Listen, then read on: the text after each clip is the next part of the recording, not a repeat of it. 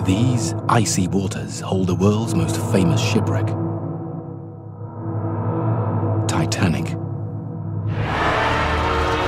In 1912, this giant ocean liner was sunk by an iceberg. 1,500 people died. In 1985, her wreck was found. But today, we still don't fully understand what happened to her. How she broke her back is still under investigation. Now, an elite team is leaving to unravel the mystery of exactly how Titanic broke up. There are things down there on Titanic that have still not been seen. There are things on Titanic that are not understood. Their aim is to find new evidence that will reveal once and for all the dramatic truth about Titanic's final moments. Oh my God. Unbelievable.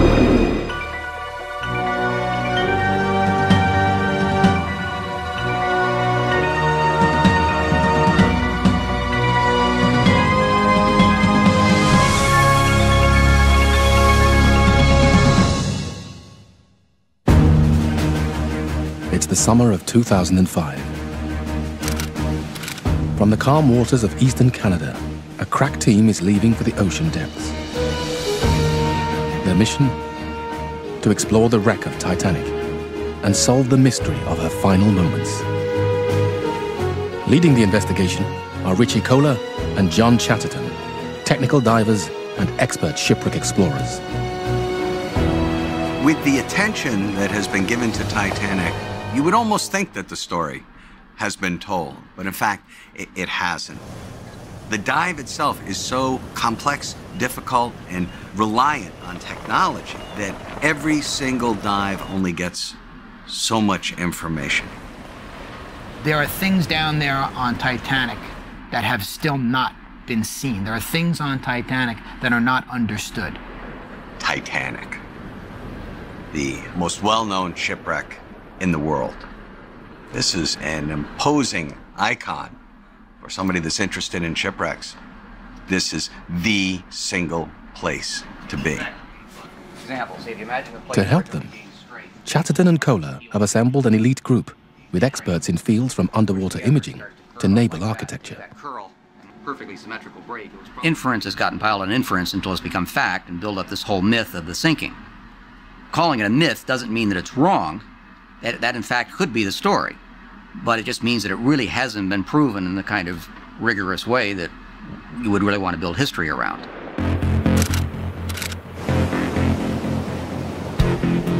The team has been at sea for less than a day, and the prospect of bad weather is already putting the whole mission in jeopardy.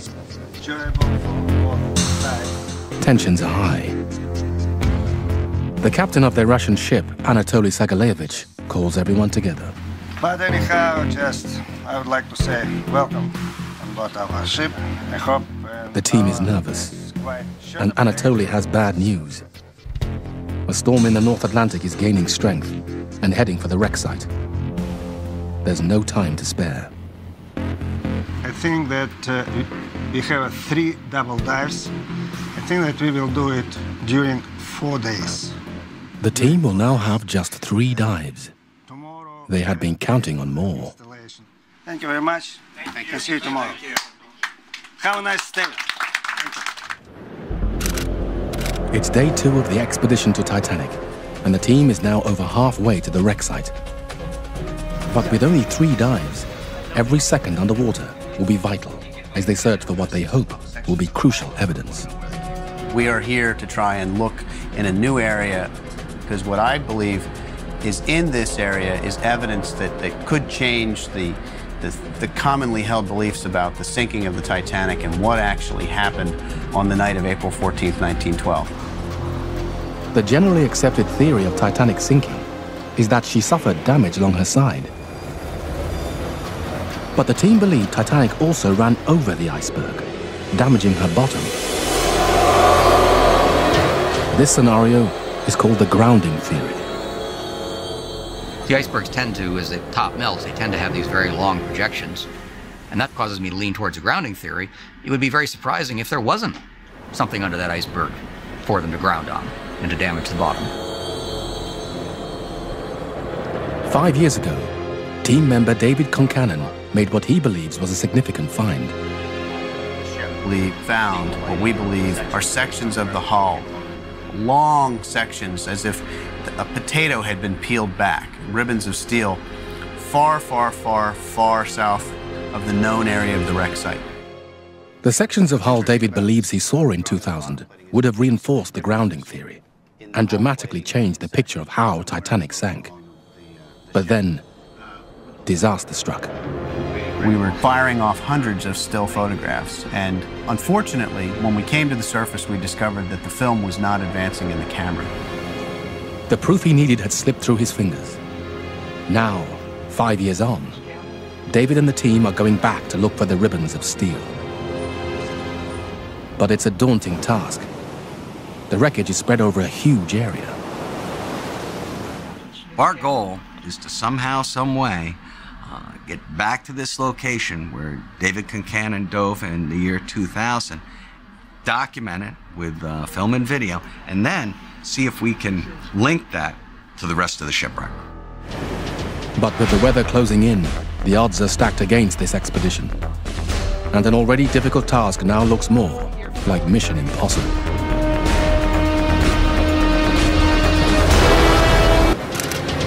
There's less than a day to go until the Titanic expedition reaches the site of the wreck.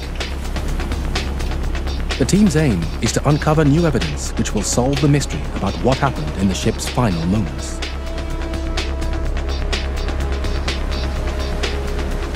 With the first dive imminent, it's an exciting moment for lead divers John Chatterton and Richie Kohler. Anatoly Zagaleyevich gives them their first tour of the state-of-the-art Mir submersibles, which will take them 2.5 miles down.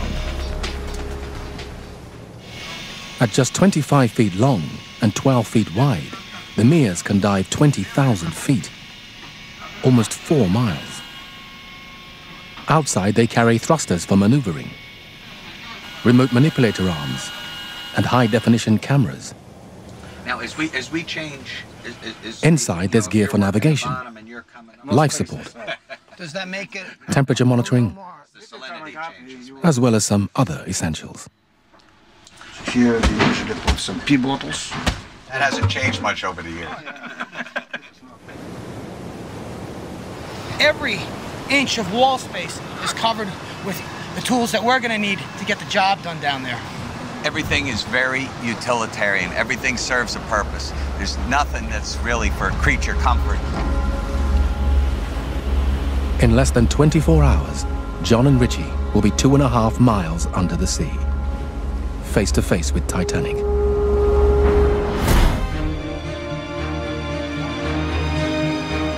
Titanic's life started in 1909, when work began on her in a Belfast shipyard. She was built to carry people emigrating to America. Her vast size reflected the huge demand and a desire for profit, but safety was still a priority. Titanic was as safe as any other vessel in the world in 1912. The watertight bulkheads were of the most modern and certainly of the highest quality. Everything about that ship was done to first-class specifications. Titanic was designed with 16 watertight compartments, plus a double bottom. She was described as a 2-compartment ship, which meant if any 2 of the compartments were flooded, she could stay afloat. And in fact, if she was flooded in 3 or even 4 compartments, she could stay afloat. In June 1911, a Belfast newspaper and shipbuilder magazine both described Titanic as practically unsinkable. A comment echoed by the ship's captain, Edward J. Smith. I cannot imagine any condition which would cause a ship to founder. I cannot conceive of any vital disaster happening to this vessel. Modern shipbuilding has gone beyond that.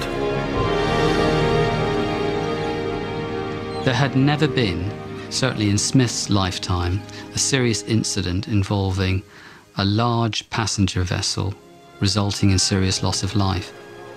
So I think he was lulled into a false sense of security. On April 10th at midday, Titanic departed Southampton on her fateful voyage. 2,200 people were on board. A crew of 900 and 1,300 passengers.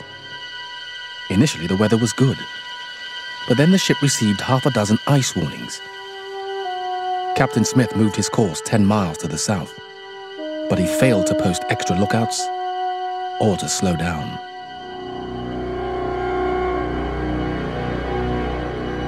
All North Atlantic officers were taught to keep up the pace, keep to the schedule, and that was standard.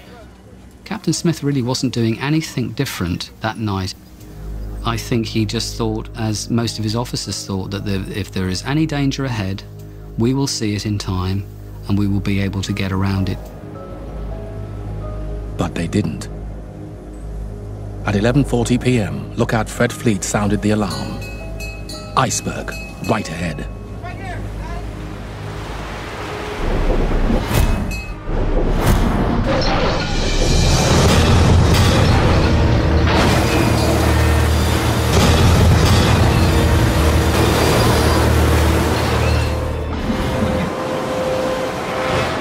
Trying to swerve around the iceberg, Titanic sideswiped it, bumping along in a series of blows. Rivets gave way, and seams between plates burst open. But was that the only damage? Eyewitness reports from the disaster inquiries point to a mystery that has never been solved. An hour and 40 minutes after the collision, water was coming into boiler room number 4, not from the side, but from underneath. Now, boiler room number 4 was not damaged by the side damage from the iceberg. Therefore, that could indicate that there was additional damage beneath the double bottom. Titanic was doomed. The fate of those on board lay with Captain Edward J. Smith. Titanic's 20 lifeboats would only hold 1,200 people. 1,000 others had nowhere to go. Captain Smith, then as now, is God. Absolutely, completely in command. Every aspect of the control and operation of the ship, the behaviour of the passengers, everything. But no one realized the lifeboats could be launched fully loaded. The first went with 37 seats, empty, and dozens of seats in other boats were left untaken. Whatever way you look at it, there are unnecessary deaths. Doesn't matter whether there weren't enough lifeboats on the Titanic to start with. Captain Smith allowed lifeboats to be launched from the Titanic that were not filled to its stated capacity. That is an absolute failure of duty. At 2:05 a.m., most third-class passengers reached the boat deck, but they had nowhere to go. By the time most of the lifeboats had been lowered, it was too late for the passengers from third class to reach them because they were so far down in the ship. 10 minutes later, Titanic's stern rose higher. Terrible sounds began. At 2:20 a.m., the ship's stern slid beneath the waves. 1,500 people ended up in the freezing water. The very few survivors that were actually pulled from the water just minutes after they had gone into the water remember it being like 1,000 knives being stuck into them. Despite cries for help, almost none of the half-empty lifeboats went back to pull survivors from the water. 2 hours after the sinking, the Cunard liner Carpathia arrived and retrieved the survivors from the lifeboats.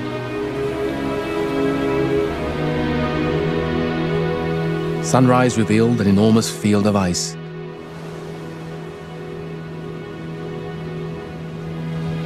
And floating bodies. 1,500 people had perished.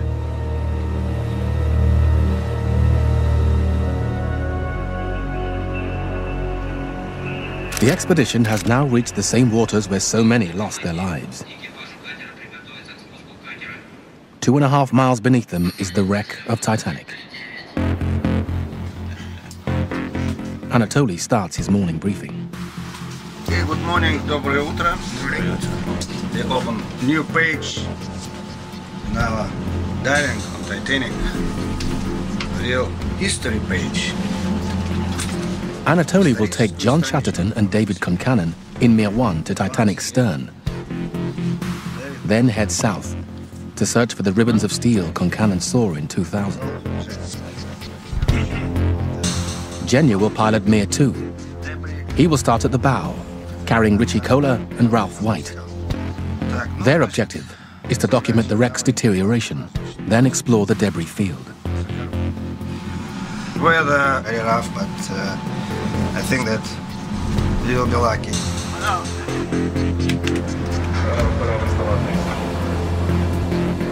Everything is riding on these dives. If they can't find and photograph Concannon's ribbons of steel, the experts will have nothing to analyze, and the expedition will have failed.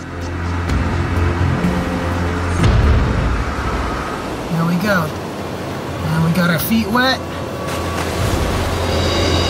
And that's it, baby. We've just splashed down and we're right below the surface. Я Мир 2, 11. The Mirs descend at 100 feet per minute. After 2 hours, Richie and Ralph in Mir 2 finally approach the bow of the wreck. Oh my God. Unbelievable. Unbelievable. Look at that. Oh man.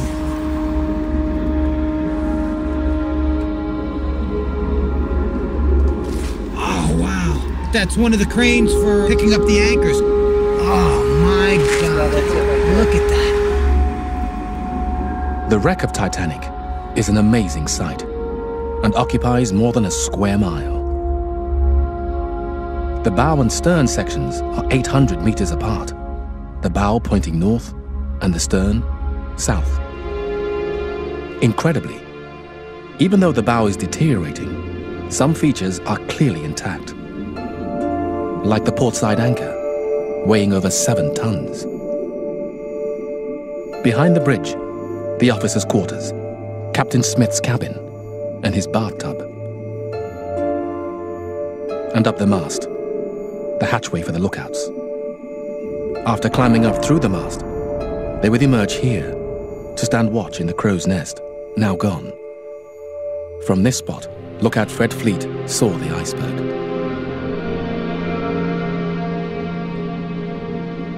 Half a mile away, Mir 1 is heading south to Titanic's stern. Unlike the bow, the stern section is almost unrecognizable. It's an extraordinary scene of utter devastation. Only a few features are still intact. Clearly visible at the edge of the break is Titanic's double bottom. Also a massive engine, as tall as a 5-story building, and the huge propellers. The uppermost deck of the stern, called the poop deck, is peeled back like a tin can. Mir 1 moves to 600 meters south of the stern, searching for the ribbons of steel. Now, we are far away from the wreck. Right where we should be, actually. I remember some of these big bowls. We saw a big cooking pot. David Concannon recognizes a familiar rise on the bottom. There's a hill. There's a hill, and there's dishes on the hill. You've got all kinds of stuff. This is a bona fide debris field. Then, suddenly, what seems like a breakthrough. Yeah. I've got some steel over here. What's this? Yeah? Piece of steel.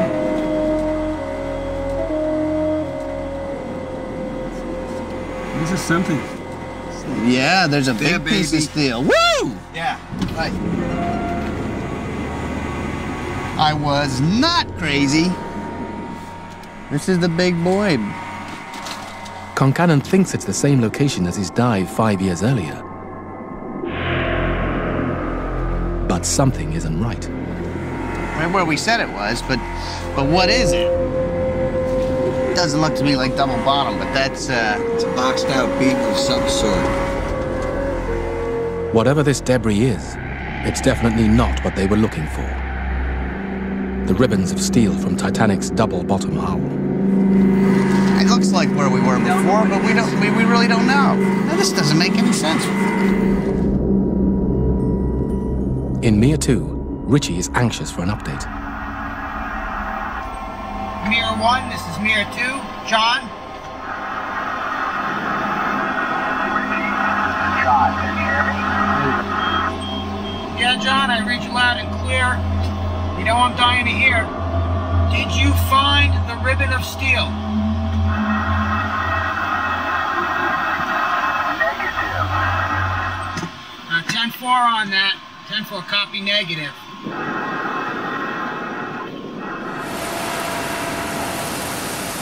The first dive is over. The team were unable to find the ribbons of steel they were looking for. Concannon may have misjudged what he saw in 2000. Or they may have been looking in the wrong place. We got down to that area. The hill was there, the metal was there, the ribbons of steel that I saw before we missed, which is they weren't where I thought they were, or we missed them entirely. Some people would say that not finding the ribbons of steel would be a bust. I don't look at it that way. I think that anytime you look outside the box, you expand the search, you're going to have to look at a lot of mud bottom, you're going to have to look at a lot of empty areas to find stuff. Either way, the team now have just 2 dives left to find what they came for. The pressure is on. It's the 3rd day of the Titanic expedition. On the first dive, the team were unable to find the ribbons of steel, the evidence which would have proved Titanic suffered damage to her bottom as well as her side. With just 2 dives left, they debriefed to urgently assess the situation. It didn't look like double bottom to me. It looked like a box beam, but I couldn't nail it down. A good portion of it is buried. But the failure to find the ribbons of steel is a major disappointment. But continuing further south, John Chatterton reports they did find an intriguing trail of debris. It continued on. It seemed to us like a relatively narrow corridor of debris, specifically coal. It literally is a trail that leads you right to the stern of the wreck. It's like a runway. A narrow trail, mostly of coal, extends for nearly a mile south of the stern. Sections of debris. It suggests Titanic may have traveled a good distance with a sizable hole in her. This thing had to be opened from the bottom, thousands of feet away. Yes, and because of the heavy objects that came out that we know would have gone virtually straight down, those are all up near the bow and the stern. So this is a long distance for her to have floated with a hole in her. No, I think what I'd like to do is to sort of give an idea of the drift of the coal, but I think it's the tape I really want to sort of... The trail of coal is interesting, but no one's sure if it's significant. We then quickly moved up onto the wreck, and Then it's Richie and Ralph's turn. anchor chain, the captain's, Captain Smith's cabin. They may not have found any evidence, but the experience has still been profound. And then came up and followed the main mast up right onto the bridge where we looked at the telemotor. From there, we could actually see all of the, I'd call it pollution. I mean, everybody and their sister has to drop a plaque up there, and it detracts, I think, from the wreck site. The next most dramatic visual for me is to come onto the stern, because for me, that's where the human story of Titanic is. That's where people fought for their lives. It's a very emotional thing. Although that's not going to help us in our search, that is a moment. That's my moment on Titanic. For the moment, the sections of Titanic's bottom the team was so desperate to find remain a mystery.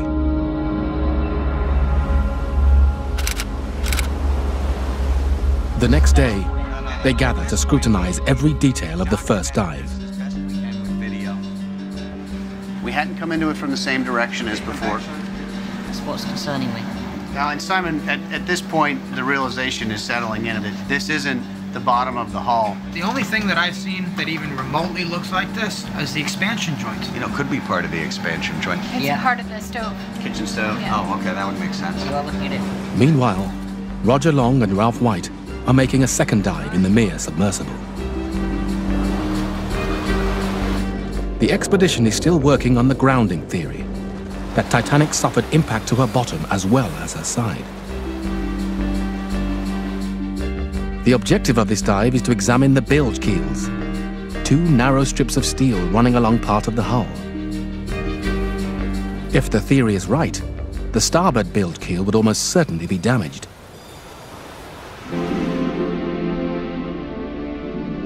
For decades, just finding Titanic remained a fantasy. Almost immediately after she sank, the wreck began inspiring curiosity and intrigue. Finding the Titanic has been many people's dream. 2.5 miles down in the middle of the Atlantic. It's an extraordinary technological achievement. But yeah, people dream. Then, in 1985, a joint French-American expedition led by Jean-Louis Michel and Robert Ballard set out to do the impossible. The search began in July. A lot of this area is flat, muddy bottom. What we were experiencing were days upon days of seeing nothing but mud. So people would get very excited if they saw a rock or a fish. We had been at sea 56 days. Morale was low, everybody was pretty disappointed. And finally, September 1st, 1:45 in the morning, local Atlantic time, we started coming across debris. Objects. We saw a pipe, and then eventually we started to see more and more debris. Bed springs, plates, a lot of coal. We knew we were coming into something, but we didn't know it was the wreck of the Titanic. More stuff coming. And then finally, this huge single-sided boiler with the 3 unique stoking ports. The boiler! Yes. Fantastic! All right! We had a picture of a boiler sitting in a warehouse before the Titanic was built. Everybody kind of looked to see if it was the same boiler. And it matched perfectly. That's the Titanic boiler! And there was kind of a yes, yes, yes, you know?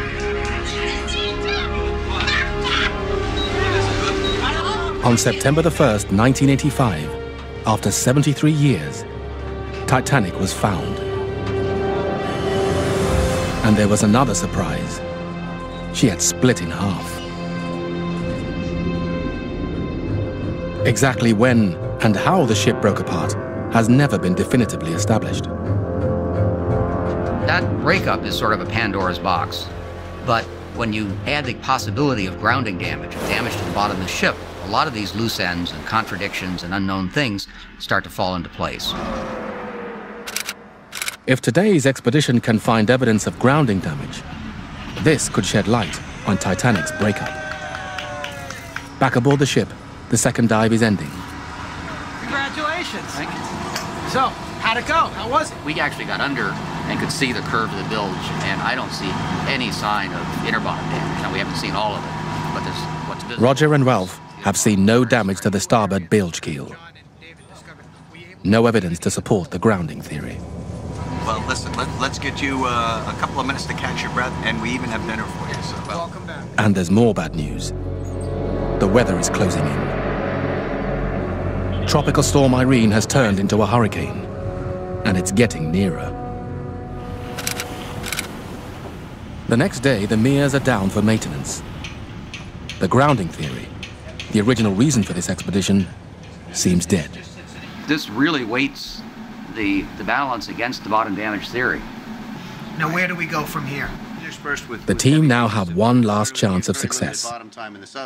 With just a single dive left, Bill Land suggests a new direction. Been out there to do a thorough investigation. There's a lot of heavy debris to the east.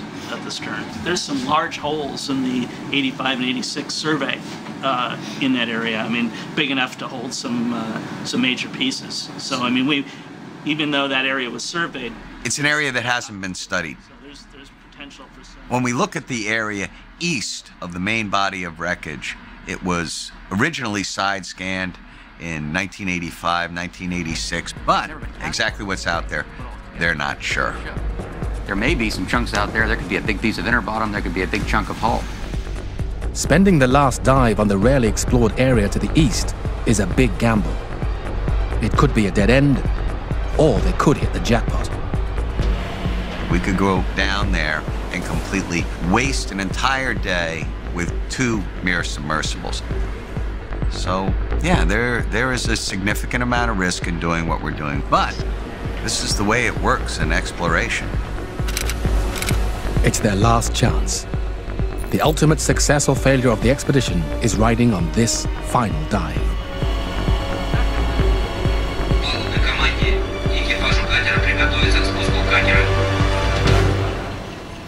I've been involved with many expeditions out to the Titanic, and what I feel really fortunate about being on this expedition is that this expedition is not just looking at making a documentary, but it's looking at trying to solve some questions. We haven't been able to find it, but who knows, they might get lucky today and find that one little critical piece of evidence that will change the whole story of Titanic. While the navigators track the mere submersibles, the rest of the expedition are forced to wait for news. Right now, there's nothing we can do.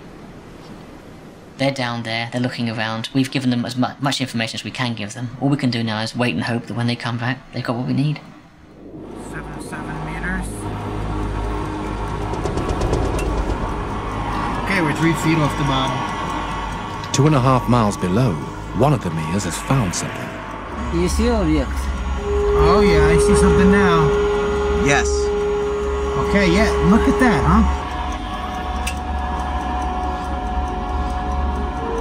Is that part of the bilge keel? I don't know, John. I can't see out my port yet. I think that is it. Yes, yes, yes. We're looking at the bottom of the ship. Yeah, absolutely. Unbelievable. Yes, yes, yes, yes. That's double hull. That's double hull. Oh, man, look at this. Wow. We want to document this thing as well as we can. They are face to face with a piece of Titanic's bottom. But how far does it extend? Is this a cross-section with 2 bilge keels? What are you saying? We're looking at the entire bottom? Yeah. The only way you can prove that right now is if we have him turn around and go back over the other side. Okay, yeah, so let's follow it around. Let's follow it around. If they follow the edge all the way around and find bilge keel on the other side, that means this piece would be a complete cross-section, spanning the entire width of Titanic's hull.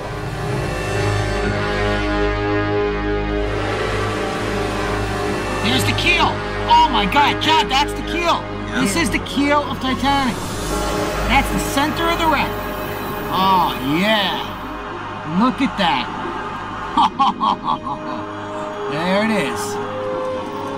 The center keel is the structural spine of the ship. They keep looking further. Oh wow, John, maybe you are right. This is a cross-section. Wait. Wait, it's coming into focus. And wait. And there's the other bilge keel. We've got all the double hull in there. Oh my gosh. This is the entire bottom of the ship. The entire bottom from port to starboard. Yes. It's an incredible piece of evidence. A huge, intact piece of Titanic's missing bottom. We got some kind of cloth below us. Richard reports back to the ship. We've confirmed the presence of a bilge keel on both ends. This is an entire section of the bottom of Titanic.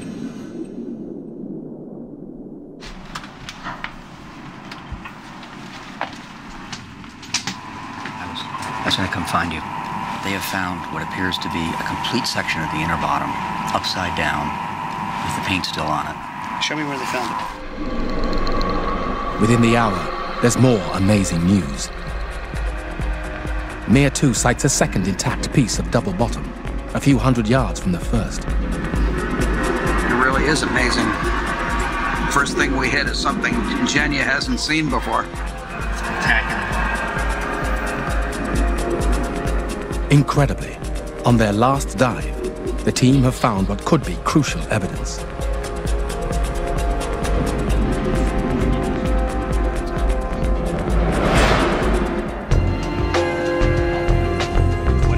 Phase 2 now begins. Where the iceberg has actually... Analyzing what the pieces of double-bottom hull reveal about how the ship broke up. I would say when the ship sank, that piece literally bounced into the air. 2 months later, a key revelation emerges. Double-bottom structure right now. Working from the underwater video, marine artist Ken Marshall creates architectural scale drawings of the pieces. They reveal that the broken edges line up perfectly. These two hull sections were once one. That is totally awe-inspiring. That is the most significant piece of Titanic footage I've ever seen in my life. Together, the two pieces account for almost 70 feet of Titanic's bottom, located just beneath and aft of the third funnel, right where she broke apart. These pieces are the best forensic evidence engineers and marine architects have ever had to understand the breakup. The big question is, what exactly will this evidence reveal about Titanic's final moments? The one thing this expedition did very well was go down and record the edges so we can see exactly what the shape of the steel at the moment it separated. And we can see places where things were pushed together, places where things were bent. And if we can go back and fit all of those pieces together, we may be able to sort of run the movie in reverse and come up with a very good explanation of exactly how the ship came apart. Months of planning and hard work have reached a climax. The mystery of what exactly happened in Titanic's final moments could be about to be solved. 4 months after the team's expedition to Titanic, they gather for the moment of truth. Will the pieces of Titanic's hull they found reveal anything about the ship's fateful final moments?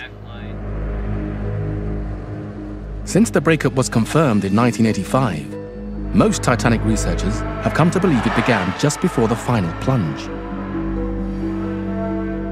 According to this theory, Titanic reached a high angle, over 30 degrees, and the weight of the unsupported stern caused the structure to fail, cracking from the top down.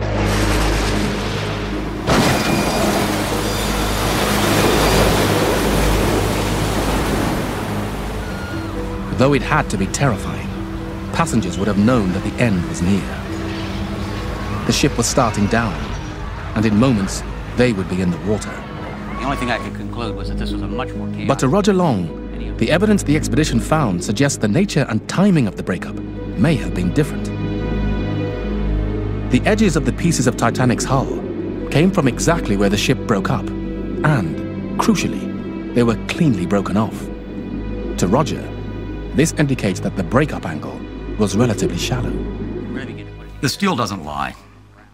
It doesn't protect reputations, it doesn't have false memories, it never forgets. And as we've looked at the steel, no one thing, but all these little indicators seem to point to the shallower angle.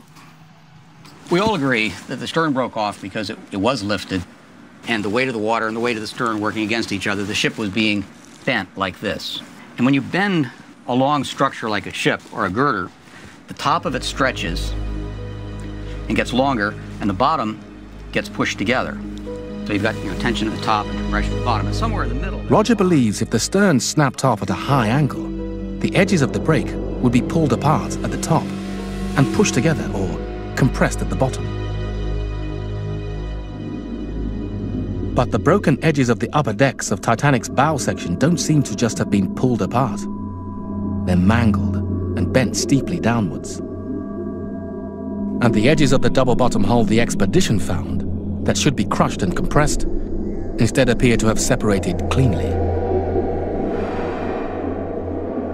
If it broke from this high angle, everything up the top side should be quite clean and straight and all of the chaos and the jumbling and the crunching together should be down at the bottom. And we see exactly the opposite. And furthermore, if it crashed off like in the movie, everything would have separated and we wouldn't have seen this evidence of all these pieces being mashed in on themselves and twisted and so forth. So the key point is that something interrupted the breakup. Roger now thinks that the breakup began at a shallow angle, perhaps as little as 11 degrees, and progressed in 2 stages.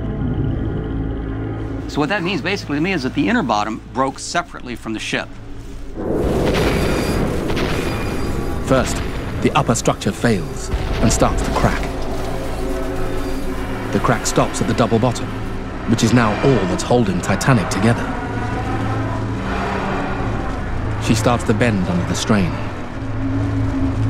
The sides separate, and the double bottom starts to fail.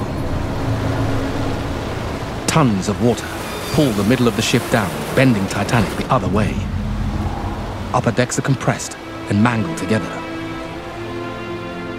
The bow heads for the bottom. The stern is the last to sink.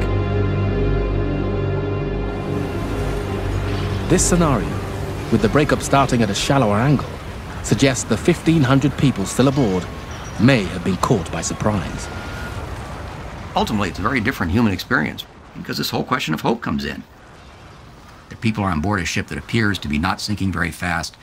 And it was very reasonable at that point to believe that it might float for a considerably longer period of time. So if we accept that the breakup happened at this point, this early breakup, I think we come inescapably to the conclusion that the breakup was not something that just happened as the ship made her final plunge, but the breakup caused the final plunge. The breakup determined when the ship sank, and therefore the breakup determined whether a lot of people lived or died. What you just stated there is backed up by personal testimony. The order of the launching of the lifeboats was very orderly. It appears that the crew had in mind that they had longer to get people off. They knew that the ship was going to sink, but that they might have more time than what it turned out to be. So there's crew members who actually state they did not think the ship was going to sink. They thought it would settle to a certain point and then it would stop sinking. I think that's what everyone was expecting, was that she would float as her own lifeboat until the Carpathia got there, until rescue ships arrived. Going to slow down the rate at which this... So according to Roger Long's theory, those on board were caught unawares by the speed of the breakup. And if Titanic had floated longer, the few hours of extra time crew members had hoped for might have made all the difference.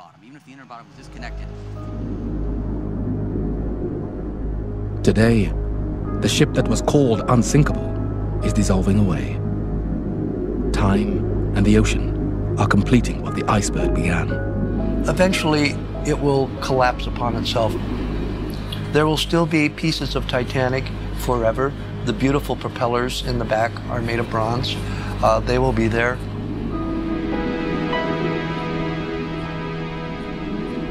The telemotor gears, they'll be there. But someday, unfortunately, the Titanic will be a big orange stain on the bottom of the Atlantic. To protect the wreck, England, Canada, France, and the US have entered into an agreement to regulate retrieval of artifacts and prevent destructive exploration. In the meantime, the debris field remains largely undocumented. This is an event that happened in the dark 93 years ago. So no one is ever going to be completely satisfied. Nothing is ever going to be 100% proven. But I think we've come a long, long way towards understanding it. Against all the odds, the team have solved the biggest mystery left by the disaster of April 14th, 1912. After decades of debate, we now know what really happened in Titanic's final moments.